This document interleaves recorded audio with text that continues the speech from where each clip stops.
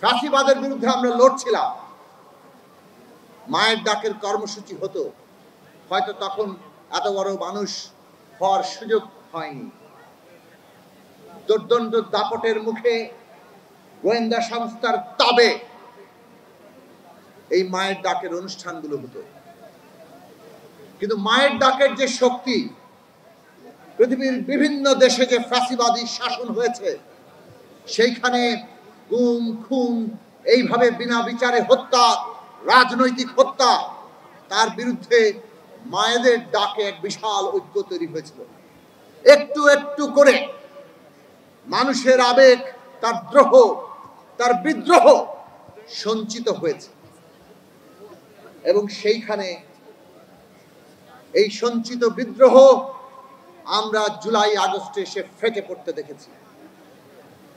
যারা নিজেদের বুকে গুলি নিয়ে, নিজেদের দেহে গুলি নিয়ে শাহাদাত বরণ করেছেন, কিংবা নিজেদের দেহের অঙ্গহানি যারা ঘটিয়েও এই লড়াইয়ে ছিলেন, তাদের লাখো সালাম এবং আজকে আমরা তাদের গভীরভাবে স্মরণ করি।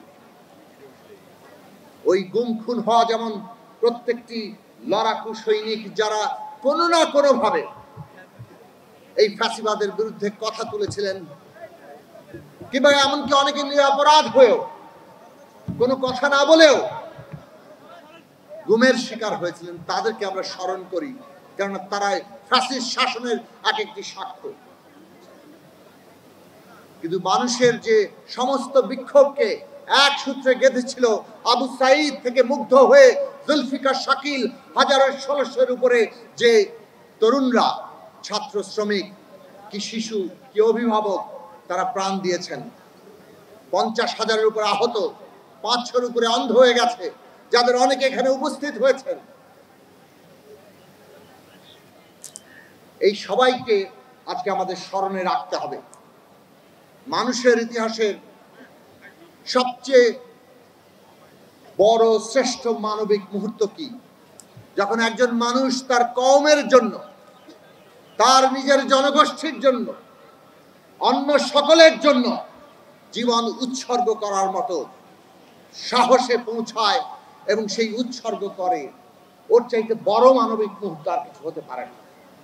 আমাদের সেই শহীদেরা, সেই লড়াকু সৈনিকরা, আপনারা যারা আছেন, তাদের প্রত্যেককে ধারণ করেই আমাদের এগোতে হবে।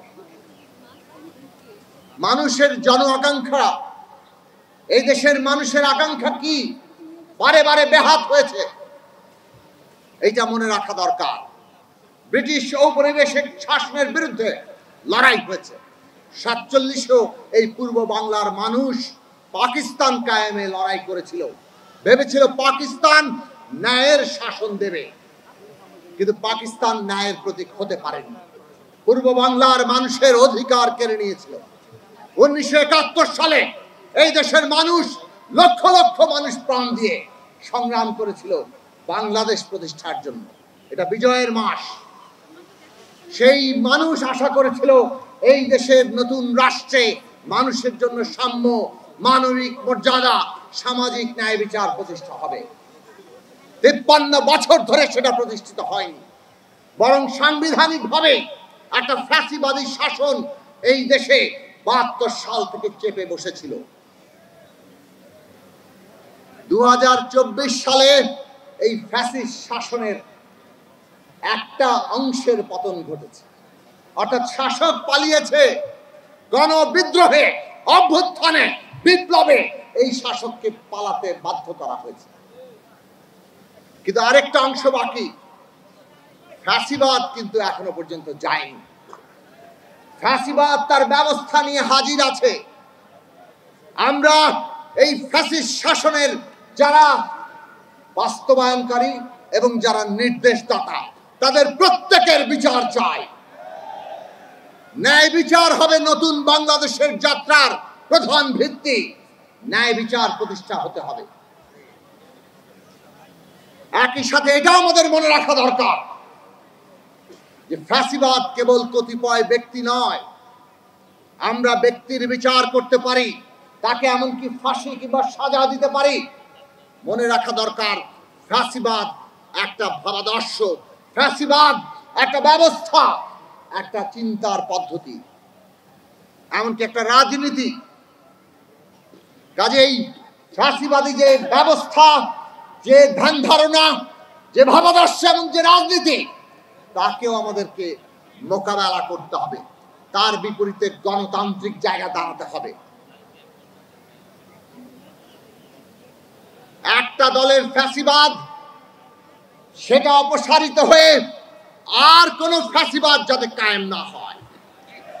যদি সেটা হয় তাহলে ওই ৭১ সালের মতো কিংবা ৪৭ সালের মতো যেভাবে জন আকাঙ্ক্ষা ব্যাহত হয়েছে, ২৪-এর পরও আবারও ব্যাহত হবে।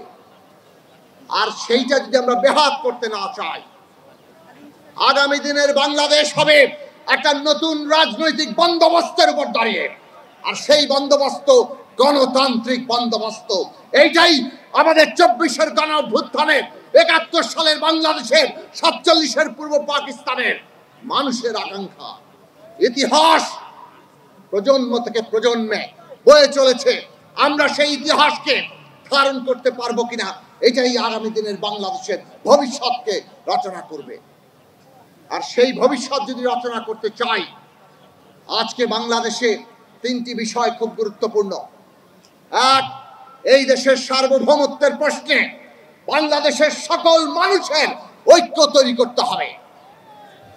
ভারত যতই আমাদেরকে রক্তচক্ষু দেখাক কিংবা ওই পতিত ফ্যাসিস্ট শেখ হাসিনার পক্ষাবলম্বন করে বাংলাদেশে তাদের নানা ধরনের ষড়যন্ত্রকে সহায়তা করুক, আমরা যদি ঐক্যবদ্ধ থাকি, দুনিয়ার কোন শক্তি নাই বাংলাদেশকে পদানত করে। আমাদের তরুণরা সেটা দেখিয়ে দিয়ে গেছে। কাজী ফ্যাসিবাদ যদি থাকে, তারা মানুষকে বিভক্ত করে। আমরা যদি জনগণের ঐক্য প্রতিষ্ঠা করতে পারি, তাহলে আমরা আমাদের সার্বভৌমত্ব রক্ষা করতে পারবো। আর জনগণের ঐক্য প্রতিষ্ঠিত হয় গণতান্ত্রিক ব্যবস্থার মধ্য দিয়ে। সেইটা আজকে বাংলাদেশে প্রমাণিত হয়েছে। একটা গণতান্ত্রিক যাত্রার মধ্যে আমরা আছি। সেই যাত্রাকে ধ্বংস তারা করতে চায়। আমাদের সবার সেই গণতন্ত্রকে রক্ষা করা দরকার। ওরা আমাদের বিরুদ্ধে ষড়যন্ত্র করছে। এই দেশে মুসলমান, হিন্দু, বৌদ্ধ, খ্রিস্টান, বাঙালি, চাকমা, মারমা, সকল অন্য জাতির মানুষ, নারী, পুরুষ কিংবা অন্য লিঙ্গীয় পরিচয়, তারা নানাভাবে এমন একটা পরিস্থিতি তৈরির চেষ্টা করছে যাতে বাংলাদেশ, এইখানে কোন সংখ্যালঘু ধর্মীয় কিংবা জাতির মানুষ নিরাপদ নয়, এইখানে নারীরা নিরাপদ নয়, এইটা তারা প্রমাণ করতে। আজকে বাংলাদেশের সামনে সবচেয়ে বড় চ্যালেঞ্জ, আমরা বাংলাদেশকে সকল ধর্মের, জাতির, লিঙ্গীয় পরিচয়ের মানুষের জন্য নিরাপদ জায়গা করতে পারবো কিনা। এইটা যদি ব্যর্থ হই, আমাদের ২৪-এর আকাঙ্ক্ষা ব্যর্থ হবে। কোনোভাবে আমরা যাতে সেটা না ভুলি। প্রতিদিন প্রতি মুহূর্তে ষড়যন্ত্র হচ্ছে সারা দুনিয়ার সামনে বাংলাদেশকে সেইভাবে রক্ষা। চট্টগ্রামে আমরা দেখেছি কিভাবে একজন আইনজীবীকে হত্যা করে একটা সাম্প্রদায়িক উস্কানি তৈরি করা হয়েছে। চট্টগ্রামের মানুষ সেই উস্কানিতে পা দেয়নি, ধৈর্য, সম্প্রীতি আর নিরাপত্তার জায়গা দাঁড়িয়েছে। ওইটাই এখন বর্তমান বাংলাদেশের শক্তি। আসুন সকলে মিলে সকল ষড়যন্ত্র এবং উস্কানি নস্যাৎ করে দেই। সাম্প্রদায়িক উস্কানির বিরুদ্ধে সকল মানুষের নিরাপত্তা, মর্যাদাকে আমরা সামনে ধরি। সেটাই আমাদের বাংলাদেশের ভবিষ্যতের যাত্রাবিন্দু হবে। এই ভবিষ্যৎ বাংলাদেশ যদি আমরা করতে পারি, তাহলে আমরা এই যে আজকে অসত্য, এই অসত্যকে মোকাবেলা করতে পারবো। যতই তারা মিথ্যা প্রচারণা করুক, যতই তারা মিথ্যার যুদ্ধ চাপিয়ে দিক, সত্যের প্রকৃত বাস্তবতা তুলে ধরে আমরা বাংলাদেশের মাথা দুনিয়ার বুকে উন্মোচন করতে পারবো। আজকের দিনে 10 তারিখে আন্তর্জাতিক মানবাধিকার দিবসে ওইটাই হচ্ছে সবচেয়ে বড় জায়গা, যে অসত্যের বিরুদ্ধে আমরা সত্য নিয়ে দাঁড়াবো। আমরা সাম্প্রদায়িক উস্কানির বিরুদ্ধে সম্প্রীতি এবং আমাদের সকল নাগরিকের নিরাপত্তা নিয়ে দাঁড়াবো। আমরা ফ্যাসিবাদের বিরুদ্ধে গণতন্ত্র নিয়ে দাঁড়াবো। এই দেশের সার্বভৌমত্ব রক্ষা করে বাংলাদেশকে এগিয়ে নিয়ে যাব। ওই প্রশ্নে আমরা বাংলাদেশের মানুষের ঐক্য তৈরি করতে চাই, যে ঐক্য এই দেশের একটা রাষ্ট্র ব্যবস্থা তৈরি হবে, যার প্রত্যেকেই তার অংশীদার মনে করবে। সমস্ত অপরাধীদের বিচার হবে, কিন্তু বাংলাদেশের মানুষ যাতে একই রাজনৈতিক ব্যবস্থায় তার অংশীদার মনে করতে পারে। মনে রাখবেন, সেইটাই বাংলাদেশের উন্নতির, বাংলাদেশের সার্বভৌমত্বের গ্যারান্টি। ফ্যাসিবাদীরা যে বিভাজনের পথ দিয়েছে, আমরা সেই বিভাজনের পথে পা দেব না। সেইটাই বাংলাদেশের ভবিষ্যৎ দিশা, সেই দিশায় আমরা এগোবো।